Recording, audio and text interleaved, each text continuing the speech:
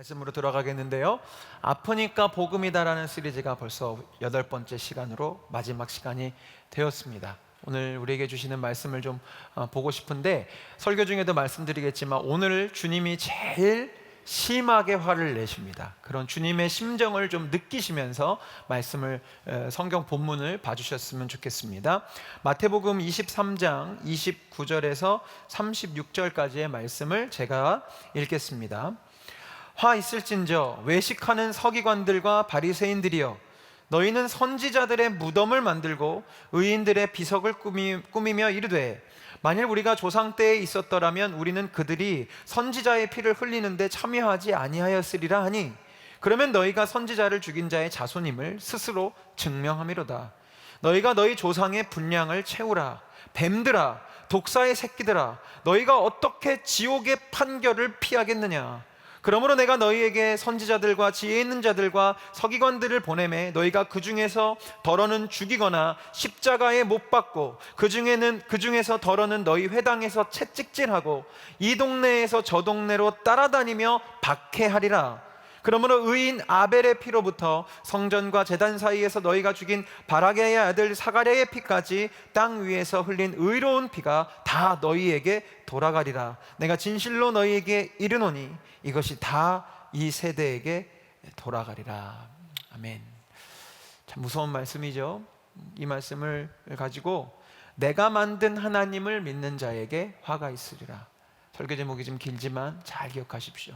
내가 만든 하나님을 믿는 자에게 화가 있을 것이다. 오늘 한 주의 설교이기도 하지만 지난 8시간의 내용들을 함께 좀 종합해서 여러분에게 마지막 결론을 좀 선포하고 싶습니다. 오늘 읽으셨던 이 본문의 주요 장면은 뭐냐면, 바리새인들과 서기관들이 선지자들, 여러분들이 이제 구약을 좀 읽으신 분들은 아시겠지만 구약에 선지자들이 나오죠. 이사야, 예레미야, 애가 이런 이제 책들을 썼던 선지자들이 있어요. 하나님의 메시지를 전했던 메신저들이죠. 근데 그들을 이제 죽이고 박해했었거든요. 그 구약의 시대에도. 근데 그들을 위해, 그들을 기념하면서 이 바리새인과 서기관들이 하는 일이 뭐냐면, 선지자들의 무덤을 만들고 그 다음에 그들의 기념비를 세우는 일들을 한다는 거예요. 바리새인들이 하는 일이 다 그렇지만 겉으로 보는 일이 악하거나 나쁜 일은 아닙니다. 참 기특한 일이죠. 구약에 있는 선지자들의 그 뜻, 하나님의 뜻을 기리면서 무덤을 세워주고 기념비를 세워주는 일은 참 좋은 일인데, 항상 이렇게 주님은 역전의 어떤 이야기들을 하시는데 참 잘하고 있는 일인 것 같은 그것을 지적하시면서 지옥의 판결을 면하겠느냐라는 아주 무시무시한 얘기를 하신단 말이죠.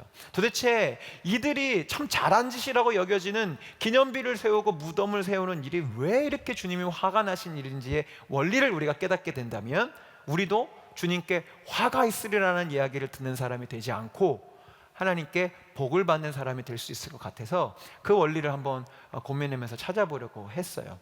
여러분, 혹시 다니시다가 이런 비석 보신 적 있으세요? 사진을 좀 띄워주실까요? 바르게 살자. 한 번이라도 보신 적 있는 분 손 한번 들어주십시오. 저만 본 건가요? 네, 그 다음 사진 이런 계속 좀 띄워주세요. 네, 종로 가면 저런 거 있고요. 그 다음, 네. 여러분 구글에 바르게 살자 비석 치면 사진 진짜 많이 나옵니다. 정말 여기에 있을까 싶을 자리에 막 큰 게 돌이 있는데요. 제가 말씀을 준비하다가 찾아보니까 이 비석을 누가 세우는 거냐면 나라에서 세우거나 이런 게 아닙니다. 우리나라에 바르게 살기 운동본부라는 어떤 그런 단체가 있대요. 근데 그 단체에서 이걸 세우는 일을 이제 본인들의 미션으로 여기면서 하는데, 어쨌든 그들이 바르게 살기 운동본부의 어떤 그런 일들을 하면서 정부로부터 매년 80억의 예산을 받는답니다. 그것도 참 신기했어요.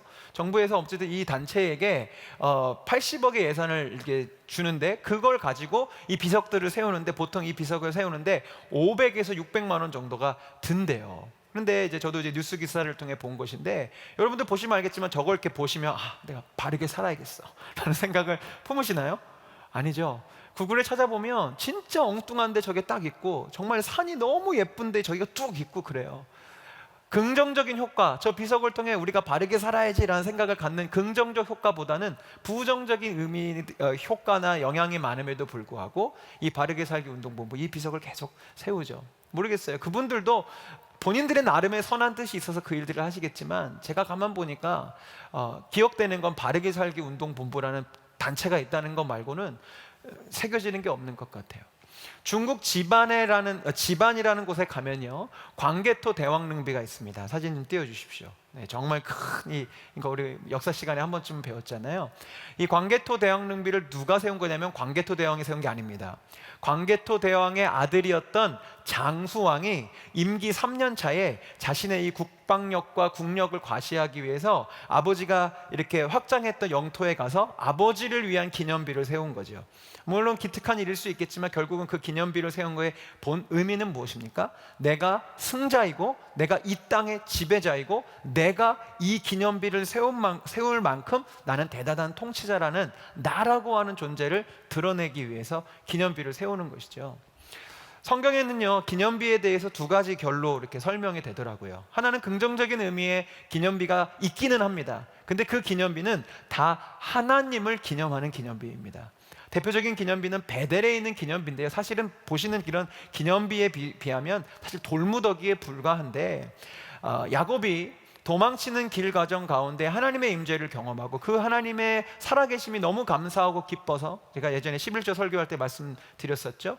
그 하나님의 임재 앞에서 자기가 베고 잤던 돌베개를 가져다가 기름을 붓고 베델이라는 기념비를 세웠어요. 여기 하나님이 여기 계시고 여기는 하나님의 집이다라는 것을 기념했죠.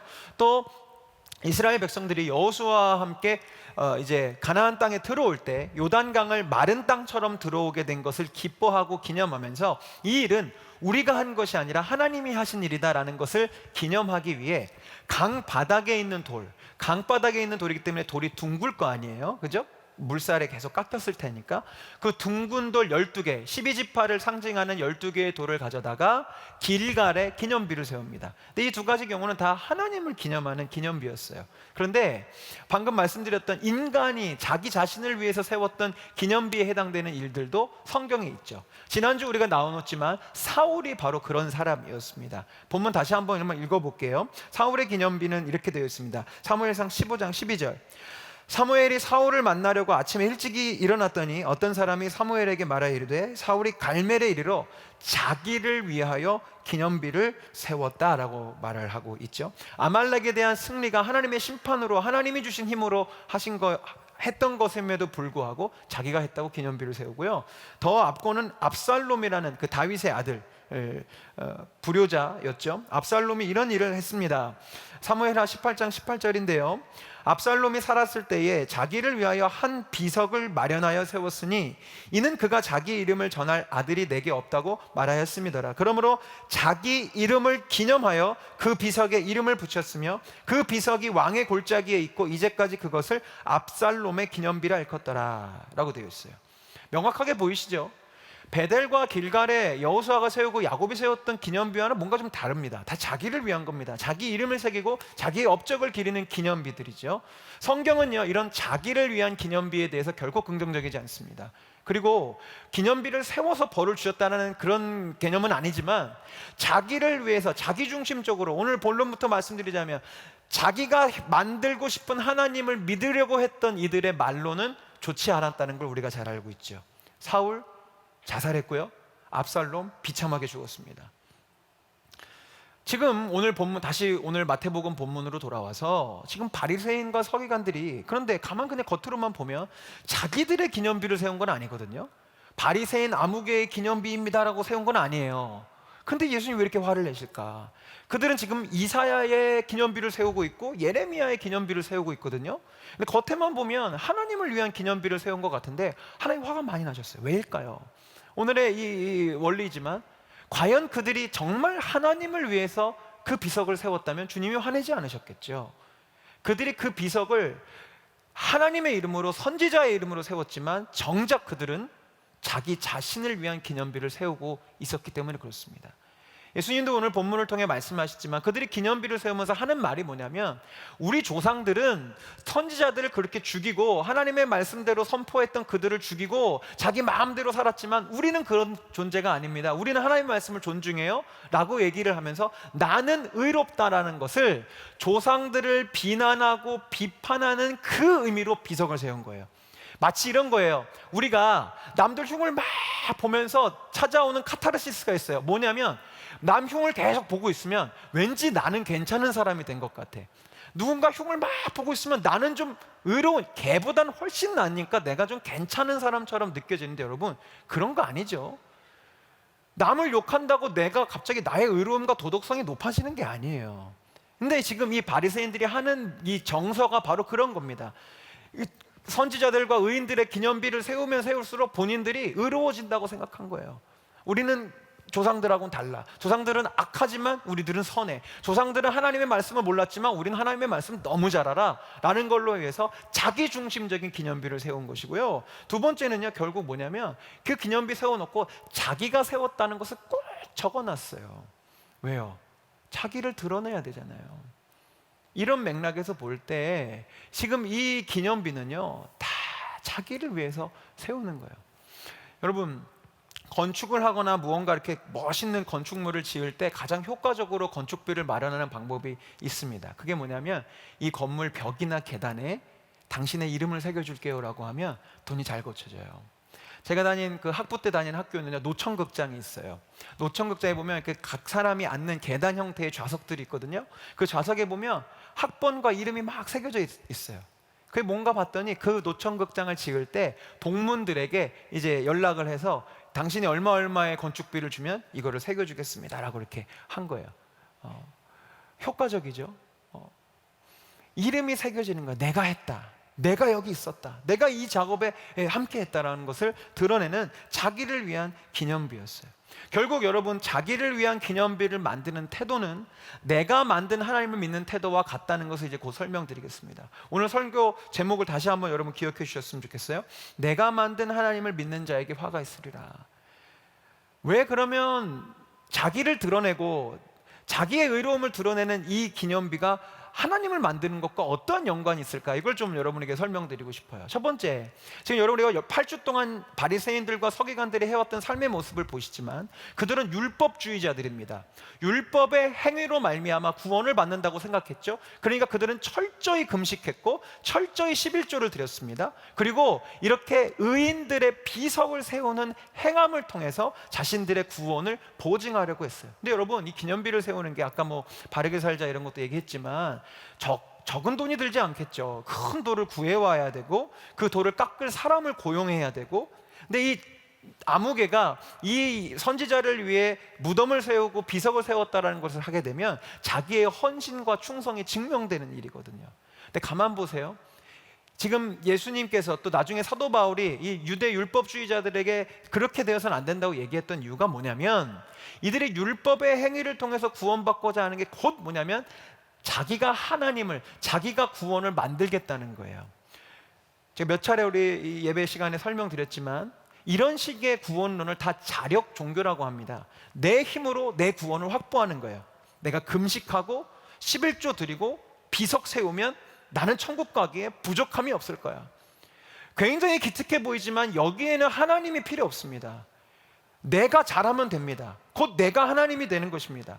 그리고 하나님은 단연코 그렇게 말씀하신 적이 없는데 그냥 하나님은 그럴 거야 라고 자기들이 하나님을 만들어 놓습니다. 11조 잘 드리고 율법 준수 잘하고 이렇게 할 거 다 613개 잘 지키면 구원받을 수 있다. 다 자기가 만든 하나님을 믿는 자력 종교죠. 또 두 번째 무엇이냐면 자기들이 하나님의 자리에 앉아서 심판관과 재판관이 돼요. 조상들은 악하고 자기들은 선하다라고 선을 딱 걷는 것이 자기가 재판의 자리에 서 있는 거죠. 그러니까 자기들이 의인의 비석을 세우는 거예요. 자기들이 뭐라고? 이제 곧 보시겠지만 예수님 보시기에 똑같은데 똑같은 것들이 비석 세우고 있는 거예요. 자기가 하나님이 되려고 하는 것이고 하나님의 자리를 만드는 것이죠. 마지막 세 번째로 기념비를 세웠던 이유가 뭐냐면, 계속 말씀드리지만 그들이 사람의 눈치를 보고 사람 신경을 썼기 때문에 그렇습니다. 하나님은 그런 비석 세우라고 말씀하신 적도 없고 그런 비석을 요구하신 적도 없어요. 그들이 그 비석을 세우는 이유는 뭐냐면 내가 세웠다라는 자기 이름을 사람들 앞에 보여주려고 하는 것이죠. 그렇기 때문에 주님이 오늘 이 비석과 무덤을 만드는 자들에게 역정을 내시는 거예요. 오늘 본문을 다시 한번 볼까요? 화가 정말 많이 나신 예수님의 감정을 한번 잘 보십시오. 뱀들아, 독사의 새끼들아, 너희가 어떻게 지옥의 판결을 피하겠느냐. 그러므로 내가 너희에게 선지자들과 지혜 있는 자들과 서기관들을 보내매 너희가 그 중에서 더러는 죽였고 십자가에 못 박고 그 중에 더러는 너희 회당에서 채찍질하고 이 동네 저 동네 따라다니 박해하게 될 것이다. 그러므로 의인 아벨의 피로부터 성전과 제단 사이에서 너희가 죽인 바라기아의 아들 사가랴의 피까지 땅 위에서 흘린 의로운 피가 다 너희 책임이다 라고 말씀하시며 내가 진실로 너에게 이르노니 이것이 다 이 세대에게 돌아가리라고 화가 정말 많이 나셨어요. 왜 그럴까요? 왜 그럴까요? 여러분, 이들은 자기들이 의롭다고 얘기하면서 선지자를 위한 무덤을 만들고 의인들을 위한 기념비를 세우고 있지만 주님이 보시기에는 똑같아요. 왜냐하면 많은 부분들이 있지만 지금 이 바리새인과 서기관은 누구를 죽이고 싶어 하고 있죠? 바로 예수님을 죽이고 싶어 해요. 그 마음을 주님이 이미 잘 알고 계셨어요. 선지자를 위해 무덤을 세우고 의인을 위해서 기념비를 세우는 이들이 선지자 중에 선지자요, 의인 중에 의인인 예수를 죽이려고 하는 그들의 그 잘못되고 이중적인 모습을 보시며 주님이 화가 날 수밖에 없고, 주님이 그 미래까지 다 보시면서 그렇게 너희들이 이제 족족 나의 제자들, 나의 사도들을 이 동네 저 동네로 다니면서 박해하고 죽이게 될 것을 먼저 보시면서 너무너무 분노하고 화가 나셨던 모양이에요. 비유컨대 정말 그렇다는 게 아니라, 만약에 여러분 그 바르게 살자라는 비석을 세우는 사람들이 바르게 살자라는 비석을 세우기 위해서 남의 땅을 빼앗고 막 때리고, 아니면 그 비석 앞에서 만약에 깡패짓을 한다 그러면 얼마나 기가 차고 화가 나겠습니까? 너무 이중적인 모습인 거죠. 예수님 보시기에 그런 거예요. 선지자의 기념비를 세우는 자들이 선지자를 죽이고 있어요. 근데 왜 결정적으로 바리새인과 서기관들은 예수님을 죽이고 싶었을까? 다 같은 맥락이에요. 바리새인들과 서기관은 지금 기념비를 세우는 것으로 표현되어지는 나를 위해 내가 만든 하나님을 믿고 싶은 거예요.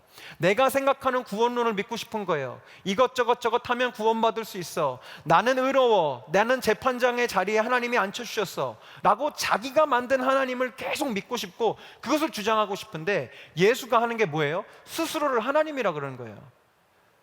내가 만든 하나님이 아닌데 자꾸 자기가 하나님이래요. 그리고 예수가 자꾸 뭘 하려고 그러면 이 7번의 말씀도 그렇지만 자꾸 자신들의 삶을 바꾸려고 해. 교정시키려고 하니까 못 견디겠는 거예요. 왜? 내가 만든 하나님은 나를 바꾼 적이 한 번도 없거든요. 왜? 자기들 마음대로 하나님 만들었으니까. 자기들 편한 대로 하나님 만들었는데 이 진짜 하나님이라고 하는 분이 나타나더니 자기를 하나님의 아들이라고 얘기하면서 자꾸 자신의 삶에 화가 있을 것이고 너는 이거 하면 안 되고 저거 안 되고 계속 삶을 교정해 막 들려고 하니까 너무너무 싫은 거예요. 여러분, 이게 중요한 포인트입니다. 8주간의 시리즈를 마무리하고 종합한다고 말씀드렸죠. 왜 바리새인들이 회칠한 무덤이 되고 외식하는 자가 되고 화 있을 진짜 지옥의 판결을 면하는 자가 되냐? 핵심은 이거 하나예요. 예수님은 그들을 사랑하셨어요. 사랑하셨기 때문에 분노하신 것이고, 사랑하셨기 때문에 고치려고 그들을 향해서 여러 가지 말씀을 하셨음에도 불구하고 도무지 그들은 자신들을 바꿀 생각을 갖지 않았다는 거예요. 근데 이 역사는 반복되는 거 아십니까?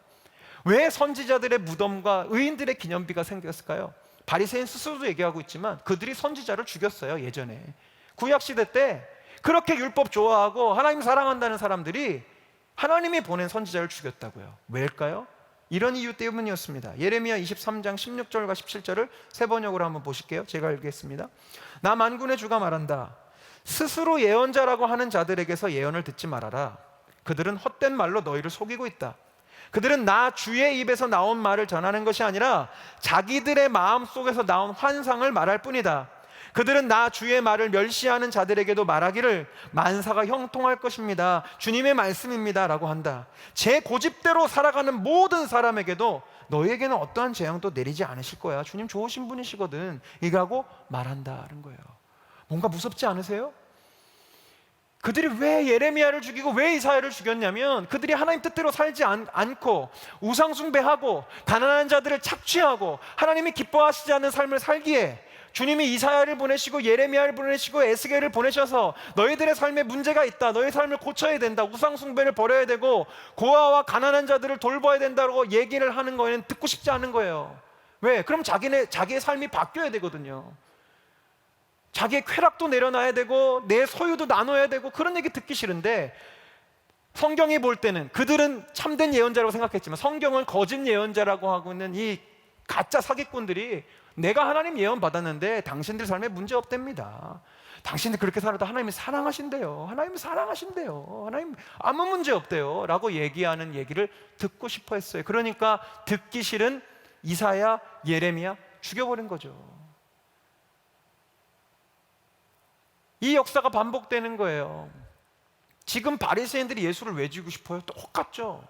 예수님 오셔서 너의 삶에 그게 문제고 이거 바꿔야 되고 저거 바꿔야 된다고 하니까 듣기가 싫은 거예요. 그러니까 예수를 죽이는 거죠. 예수님 이후에 신약시대, 성령시대가 와서 제자들이 복음을 전하고 사도들이 전할 때 그들이 참 많은 박해를 당했죠. 왜 그랬을까요? 같은 이유입니다. 디모데후서 말씀 한번 보실까요? 때가 이르면 사람들이 건전한 교훈을 받으려 하지 않고 귀를 즐겁게 하는 말을 들으려고 자기네 욕심에 맞추어 스승을 모아들일 것입니다. 그들은 진리를 듣지 않고 꾸민 이야기에 귀를 기울일 것입니다. 그리고 그때를 지금 2000년이 지났지만 여전히 우리가 살고 있어요. 우리도요, 내가 듣고 싶어하는 이야기는 듣고 싶지만 내가 듣고 싶지 않은 이야기를 하는 사람은 죽이고 싶어 해요. 뭐 실제 물리적인 살인을 하는 건 아니지만 무시하거나 그런 설교는 피하거나 그런 교회는 피하거나 그렇게 되죠. 왜요? 내 귀에 내가 원하는 메시지를 듣고 싶어요. 그 마음 기저에는 뭐가 있냐면 지금 선지자들의 무덤을 세우는 바리새인들처럼 내가 만든 하나님을 믿고 싶은 거예요. 아, 내가 생각하는 하나님은 그렇게까지 좀 안 하시는 하나님이실 텐데 내가 만든 하나님은 좀 그래도 축복 주시고 그래도 사랑한다고 무조건 막 그러는 분이셔야 될 텐데 그 같은 이 역사의 반복 속에서 구약의 선지자들도 죽은 것이고 예수님도 십자가에 달리신 것이고 사도 바울도 목이 잘린 것이고 오늘날도 참된 진리와 복음을 선포하는 많은 설교자들이 배척을 당하고 무시를 당하는 이유가 바로 거기에 있습니다. 이 기로에서 과연 사랑하는 여러분, 우리 청년들은 어느 쪽에 설 것인지를 오늘 선택하셔야 돼요. 제가 여러 번 이 자리에서 말씀드렸지만 여러분, 예수 믿는다는 것이 무엇인지 여러분 똑똑히 생각하십시오. 예수님 믿고 구원받는 게 교회 잘 다니는 게 아닙니다. 예수 믿는 건 이거예요. 로마서 10장 9절 10절 우리 같이 한번 읽어볼까요? 시작. 내가 만일 내 입으로 예수를 주로 시인하며 또 하나님께서 그를 죽은 자 가운데서 살리신 것을 내 마음에 믿으면 구원을 받으리라. 사람이 마음으로 믿어 의에 이르고 입으로 시인하여 구원에 이르니라. 제가 이 말씀 여러분들에게 풀어드릴 때 늘 말씀드리죠. 이 말씀이 선포될 때 2000년 전의 당시의 상황 컨텍스트를 우리가 잘 알아야 된다. 예수 믿는 자가 예수님이 나의 주인이십니다, 예수님이 나의 대장이십니다라고 시인한다는 건 그냥 혼자 독방에서 주님은 나의 주님, 이게 아니에요.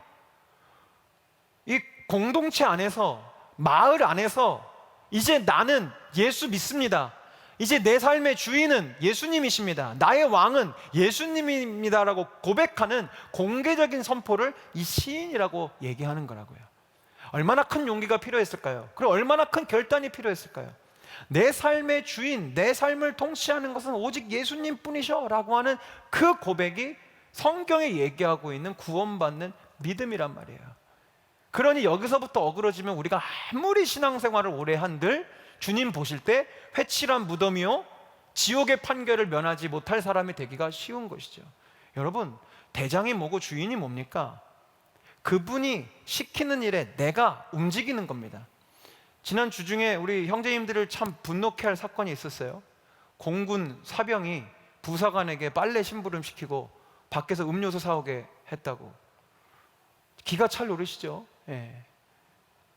1, 2병이 중사, 상사한테 그걸 시켰다는 거예요. 그냥 비유니까 여러분, 계급으로 보면 누가 누구에게 일을 시켜야 됩니까?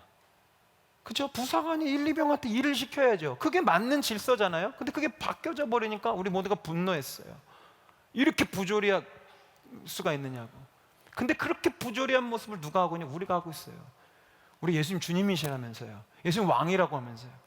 근데 주님의 말에 우리가 좀처럼 따르지 않아요. 주님의 말에 좀처럼 내 삶을 교정하려고 하지 않고 주님의 말씀에 내가 변화되려고 하지 않을 때 우리는 바리새인과 다를 바가 없는 겁니다. 여러분 정말 예수님을 주님으로 고백하시겠습니까? 아멘이 이렇게 없을 수 있어요. 너무 진짜 진지하게 들으셨군요. 감사합니다. 쉽게 나올 대답이 아니죠, 그죠? 예수님이 내 삶을 통치하시고 예수님이 내 삶을 바꿔가시는 일, 그래 어려운 일에. 그러나 여러분 여기서부터 대답이 안 나오면 앞으로 우리가 뭘 한들 아무 의미가 없어요. 아무 의미가. 속으로 대답해 주세요. 그러면 예수님을 주님으로 고백하시겠습니까? 예수님을 여러분의 삶의 대장으로 선포하시겠습니까? 예수님이 여러분의 삶을 좀 바꾸셔도 괜찮으십니까? 아멘. 아멘.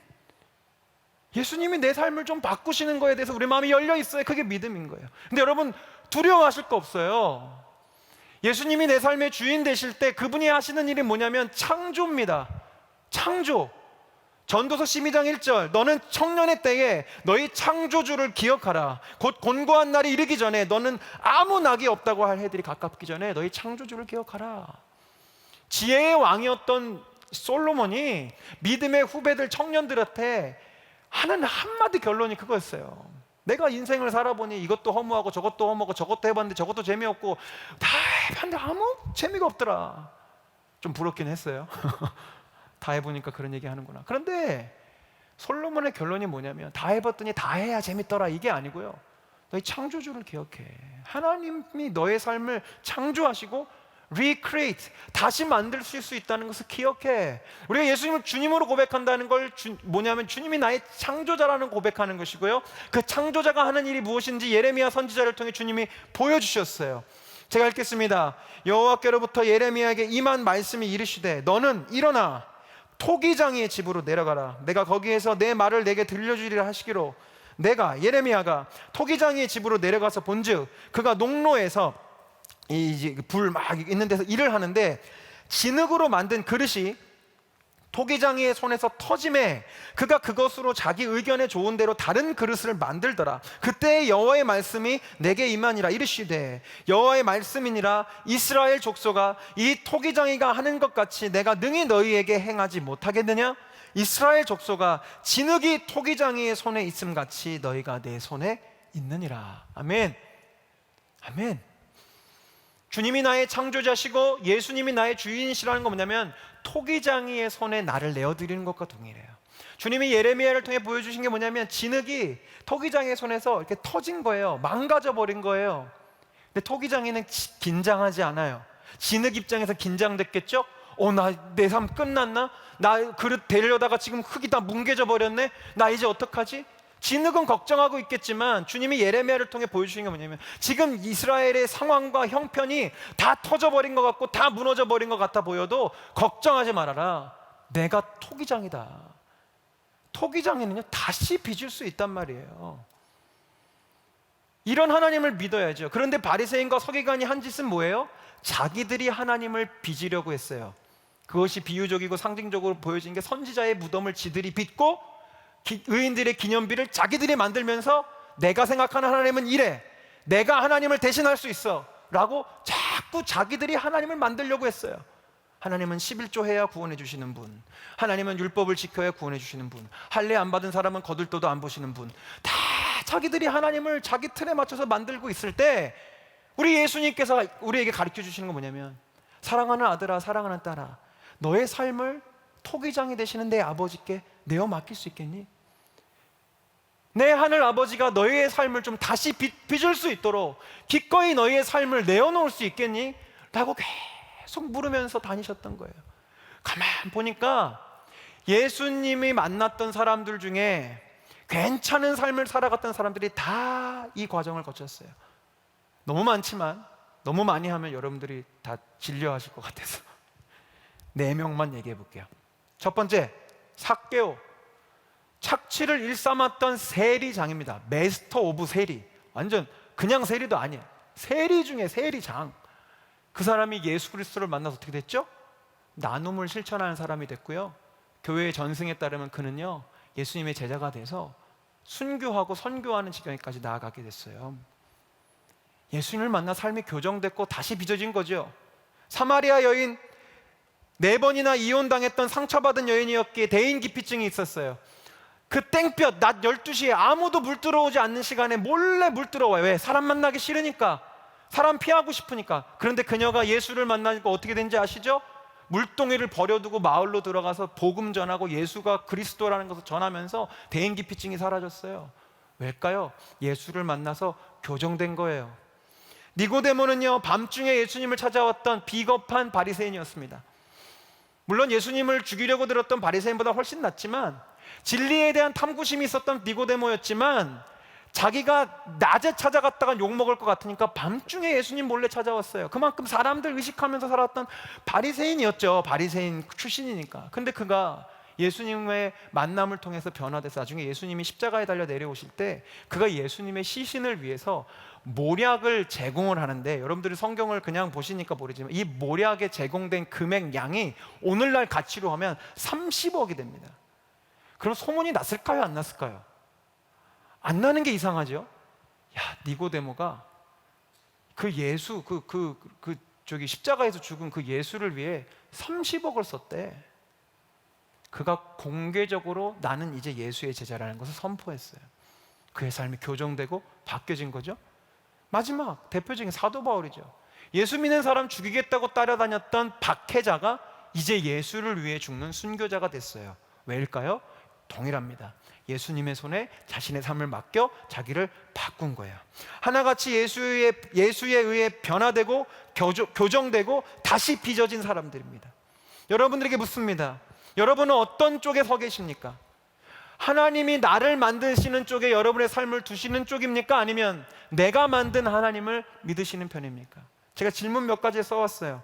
여러분을 정죄하는 건 아닙니다. 혹시 이 질문 앞에 내가 해당되고 있지는 않은지 한번 점검해 보세요. 내 마음대로 살아도 예배 잘 드리고 있으니까 그래도 괜찮겠지? 교회 봉사 열심히 하고 있으니까 이만하면 괜찮겠지? 법 어기지 않고 굳이 크게 나쁜 일 안 하고 사니까 나 정도면 구원받기에 별 문제 없겠지? 아니요. 바로 이 생각이, 할례 받으면 괜찮겠지? 율법의 행위대로 준수하고 11조 드리고 하고 하면 괜찮겠지? 내가 정말 헌신하고 수고해서 기념비를 세우면 괜찮겠지? 아니요. 그 행동들이 의미 없다는 게 아닙니다. 그거 전에 내 삶이 하나님의 손에 의해 교정되고 바뀌어갈 준비가 되어 있는지가 먼저 질문되어져야 돼요. 그게 없이는 11조, 할례, 기념비 아무것도 의미가 없는 것입니다.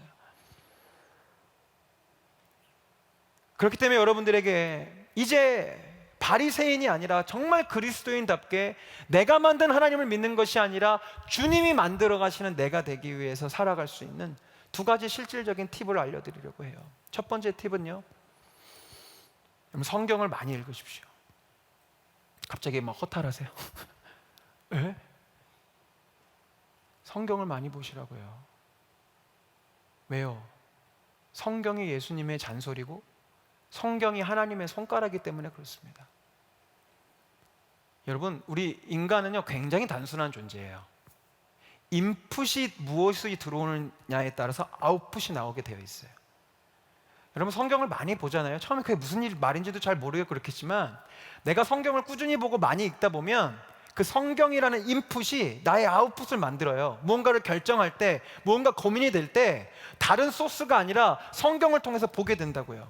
이따가도 광고가 나오겠지만 우리 만청 우리 유튜브를 통해서 부부의 세계 문화살롱 리뷰를 하거든요. 여러분, 우리가 결혼에 대해서, 가정에 대해서, 인간관계에 대해서 성경이 무엇을 말하고 있는지에 대해서는 별로 보지 않고 맨날 미디어를 통한 인풋만 받으니까 결혼에 대해서 잘못된 생각을 갖고 있고, 결혼에 대해서 이상한 부정적인 개념들이 점점 청년들 사이에 팽배해져 가고 있어요. 여러분, 인풋을 명확하게 하셔야 됩니다. 그렇기 때문에 여러분들이 정말 내 삶이 변화되길 원한다면 주님에 의해, 주님이 말씀하신 게 성경 안에 있고, 제 삶도 그렇지만 성경을 읽으면서 내 삶이 교정되는 부분이 굉장히 많이 있기 때문에 여러분, 성경을 꾸준히 많이 열심히 읽으셔야 됩니다. 왕도가 없습니다. 왕도가 없어요.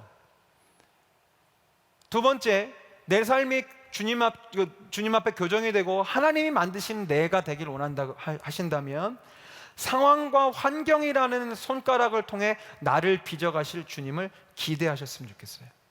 아까도 우리 특송 불러주셨는데, 하나님 그렇기 때문에 우리의 삶에 광야라는 시간을 주시거든요. 아까 우리 진흙 토기장에 했지만, 토기가 빚어지기 위해서 뭉개지고 짓이겨지고 또 뜨거운 그 농로에 들어가는 고통의 시간들이 있는 거 우리 너무 잘 아시죠? 주님이 우리에게 광야의 시간을 주시고 어려움의 시간을 주시는 건 그냥 어려워라 너 벌 받아라 이렇게 하시는 게 아닌 거 우리 여러 번 말씀드렸어요. 오늘 길게 그건 나누지 않을게요. 주님이 나를 만들어 가시는 방법 중에 하나예요. 그렇기 때문에 내 삶이 어려워지고 뜻하지 않는 상황을 마주하게 되고 내가 했던 일들이 가로막혀지게 될 때, 하나님이 나를 만들어 가시기로 기대하는 사람은요, 그 상황 가운데 불평하고 원망하기보다는 기대하고 소망을 품을 수 있어야 되고요, 그 일에 가속이 붙기 위해서는 여러분들이 기도라는 것을 할 수 있어야 돼요. 주님의 대답이 명확하게 들려지지 않는다 할지라도, 주님 왜 내 삶이 가로막혀져 있는 것이죠? 주님 왜 지금 이 상황이 내 계획대로 되지 않는 것이죠? 라고 주님께 물으면서 기도하고, 주님이 보여주시면 보여주신 대로 반응하고, 보여주시지 않는다 할지라도 그 기도와 대화 속에서 하나님이 행하실 일들을 기대하고 소망해 보는 것이 필요해요. 왜요? 우리 주님은 결코 여러분의 삶을 두고 장난치시지도 않고 실수하시지도 않는 토기장이시기 때문에 그렇습니다. 말씀을 맺으면서 제가 참 좋아하는 그 기독교 웹툰이 있어서 예전에 담넘기에 몇 주 전에 보여드렸지만, 오늘 맥락과 같아서 한 번 더 보여드립니다. 여러분 사진 한 장을 보여주세요. 한 친구가, 이 웹툰의 제목이 추락이었거든요. 계속 떨어져요. 글씨가 작지만 여러분, 이쪽은 크군요. 네. 어느 때까지입니까? 주님은 어디까지 저는 추락합니까? 막 떨어질 것 같아요. 우리의 삶이 이럴 때가 참 있죠. 하나님, 내 주님 언제까지 이렇게 힘들어야 돼요? 내가 언제까지 이렇게 막막해야 돼요? 도대체 내가 언제까지 내 진흙은 맨날 터져야 되는 거예요? 라고 물으실 때, 예수를 믿지 않고 예수에 의해 변화되는 것을 기대하지 않은 사람들의 삶은 늘 이 웹툰 첫 번째 컷에 멈춰 있습니다. 주님 언제예요? 원망하고, 나 끝났어, 나 이제 끝났어, 내 삶은 끝났어, 삶을 포기하고 절망하고. 그러나 하나님이 내 삶을 만들어가기를 기대하는 사람은 그 다음 그림으로 넘어갈 수 있습니다. 이거예요. 우리 주님은 계획이 다 있으세요. 우리 주님은 여러분을 무엇으로 빚어갈지 나는 모르지만, 나는 착각하고 있지만 주님은 착각하지 않으세요. 주님이 내 삶을 내리실 때는 다 이유가 있는 거예요. 더 높이, 더 멀리, 더 크게, 더 깊게 내 삶을 사용하고 싶으셔서, 내 존재를 더 그렇게 만들어가고 싶으셔서 그 일들을 허락하시는 것이죠.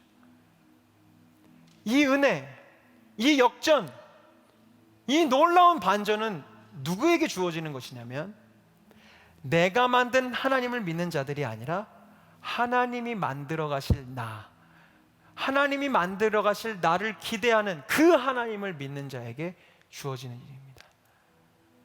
믿으십시오. 예수님 여러분의 주님이십니다. 그 주님은 여러분들을 창조하신 분이시고요, 토기장이로서 다시 창조하실 수 있는 분이세요. 믿으신다면 우리가 바리새인이 아니라 그리스도인이 되어서 내 삶을 기꺼이 주님께 드릴 수 있었으면 좋겠어요. 말씀을 준비하면 주님이 이렇게 문장들을 마음속에 주세요. 마지막 문장을 제가 이렇게 적었습니다. 제대로 망한 내 인생 제대로 고칠 수 있는 유일한 분, 우리 주님께 내 삶을 내어드릴 수 있는 참된 신앙인이 되어봅시다 라고 써놨어요. 여러분의 인생 내가 고칠 수 있을 정도면 우리 누구도 그땐 예수님 잘 의지하지 않습니다. 근데 내 삶이 한번 제대로 망가지기 시작하면요, 예수님 찾게 돼 있어요.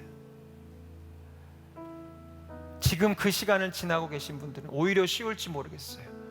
주님, 내 삶을 좀 다시 만들어주세요. 근데 위험한 사람이 누군지 아세요? 아직 내 힘으로 뭔가 해볼 수 있을 것 같을 때, 아직 내 경험과 내 젊음으로 뭔가를 해볼 수 있을 것 같을 때가 위험합니다.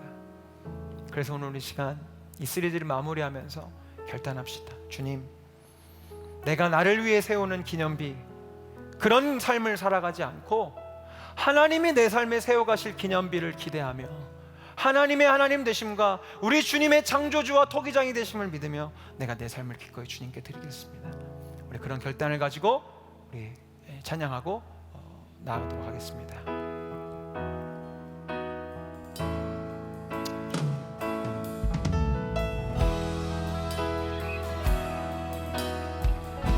주님 내 길을 잘 아시고, 주님 내 길을 잘 아시고 내 걸음 아시네. 어둠에서 빛을 내시는 그분을 믿네. 무엇으로 주를 섬길지 어디로 가야 할지 헤매이는 나를 아시고 길을 여시네. 한 번 더 고백합시다. 주님 내 길을 잘 아십니다. 주님 내 길을 잘 아시고 내 걸음 아시네. 어둠에서 빛을 내시는 그분을 믿네. 무엇으로 주를 섬길지 어디로 가야 할지 막막한 친구들 많이 있는 거 제가 압니다. 그래 여러분, 주님이 계십니다. 믿으십시오. 주님이 계십니다. 내 삶은 주의 것, 내 삶은 주의 것, 내 삶은 주의 것. 온전한 신뢰 우리 토기장이 되신 주님께 주께 드리네. 보이지 않아도 믿음으로 걷네. 주 영광 바라보며 주만 따르네. 주님 내 길을 잘 아십니다. 주님 내 길을 잘 아시고 내 걸음 아시네. 어둠에서 빛을 내시는 그분을 믿습니다. 내시는 그분을 믿네. 무엇으로 주를 섬길지 어디로 가야 할지 헤매이는 나를 아시고 길을 여시네. 내 삶은 주의 것, 내 삶은 주의 것. 아멘. 내 삶은 주의 것. 온전한 신뢰를 주께 드리네. 보이지 않아도 믿음으로 걷네. 주 영광 바라보며 우리 믿음으로 이렇게 고백했으면 좋겠습니다. 좁은 길을 따르라 승리의 주, 좁은 길을 따르라 승리의 주. 영원한 생명 되시네. 영원한 생명 되시네. 비록 우리의 삶 가운데 고난이 있다 할지라도 고난 중에 순종을 배워가며 너의 우리 그렇게 하나님이 만들어 가신 삶을 소망하신다면 자리에서 함께는 다시 한번 고백하십시다. 좁은 길을 따르라, 좁은 길을 따르라 승리의 주. 영원한 나의 생명, 영원한 생명 되시네. 고난 중에 순종을 배워가며 고난 중에 순종을 배워가며 너의 모든 삶 맡겨드리라. 내 삶은 주의 것, 내 삶은 주의 것. 아멘. 내 삶은 주의 것. 온전한 신뢰를 주께 드리네. 보이지 않아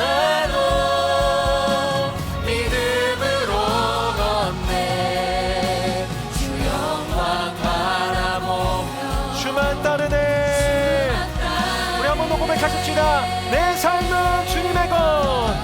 내 삶은 주의 것. 내 삶은 주의 주님이 결코 여러분의 삶을 두고 실수하지 않으심을 우리 믿고 고백합시다. 주님은 여러분의 삶을 두고 장난치지 않으십니다. 주님은 여러분의 삶을 축복하고 계십니다. 보이지 않아도 믿음으로 네, 할렐루야. 주 영광 바라보며 오, 주만 따르네. 우리 마지막 한 번 더 고백합시다. 내 삶은 주의 것. 내 삶은 주의 것. 내 삶은 주의 것. 아멘.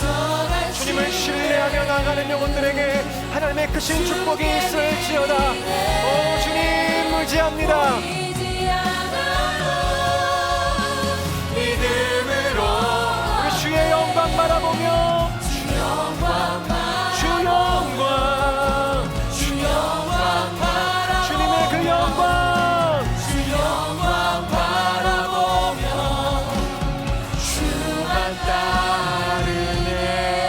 내 삶을 주님의 영광으로 이끌으실 주님께 우리 믿음의 박수 드리십시다.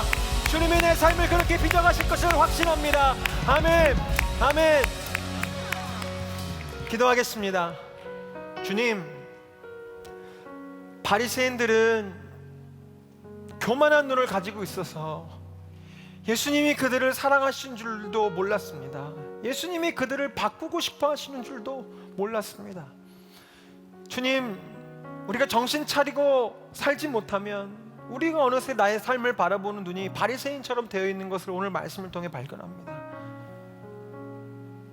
나의 노력, 나의 애씀, 나의 종교적인 업적들, 사역자로서 하는 어떤 그런 바쁜 시간들이 마치 나의 의로움을 만들어내고 나의 구원을 만들어낼 수 있을 것이라 생각하고 늘 바쁘다는 핑계로 늘 그런 이야기들로 내 삶을 내가 만들어 가려고 애썼던 것을 봅니다.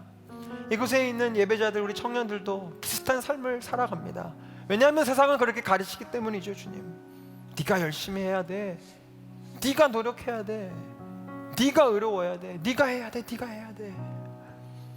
그런데 오늘 주님이 말씀하십니다. 네가 하기 전에 내가 먼저 해야 해. 내가 너의 삶에 먼저 일해야 돼. 내가 너의 삶을 먼저 붙잡아야 돼. 그 다음에 네가 할 몫이 있는 거야 라고 우리 주님 말씀해 주십니다. 주님, 우리도 삭개오처럼 그 사마리아 여인처럼 바울처럼 이제 주님 손에 우리의 인생을 내어 맡기오니 다시 한번 주님께 내 삶을 내어드리오니 창조주 되신 주님, 토기장이 되신 주님, 내 삶을 새롭게 빚어주시고 내 삶을 더 아름답게 빚어주셔서 비록 지금은 우리가 추락하는 것과 같은 삶을 산다 할지라도 그것이 끝이 아니요 우리를 높이 세우시고 멀리 보내실 그 능하신 주님의 손을 의지하는 우리 모두가 되게 하여 주시옵소서. 오늘도 그 믿음을 가지고 주님 앞에 거룩한 예물을 드리는 주의 백성들이 있습니다. 그들의 삶을 축복하여 주시고 하나님, 이 예물이 하나님 나라의 큰 믿음의 씨앗으로 사용될 수 있도록 하나님 일하여 주시옵소서. 지금은 우리의 머리가 되어주시고 우리의 구주가 되어주신 예수 그리스도의 은혜와 하나님 아버지의 크신 사랑하심과 지금도 우리 안에 계셔서 우리의 삶과 우리의 마음과 생각을 교정하여 주시는 보혜사 성령님의 감화 감동 역사 충만하심이 이제 주님은 나의 토기장이요 나는 진흙됨을 인정하며 내가 세워가는 나의 기념비가 아니라 주님의 기념비를 기억하며 달려나가는 하나님의 거룩한 백성들의 삶 가운데 영원토록 함께 하시기를 간절히 축원하옵나이다. 아멘.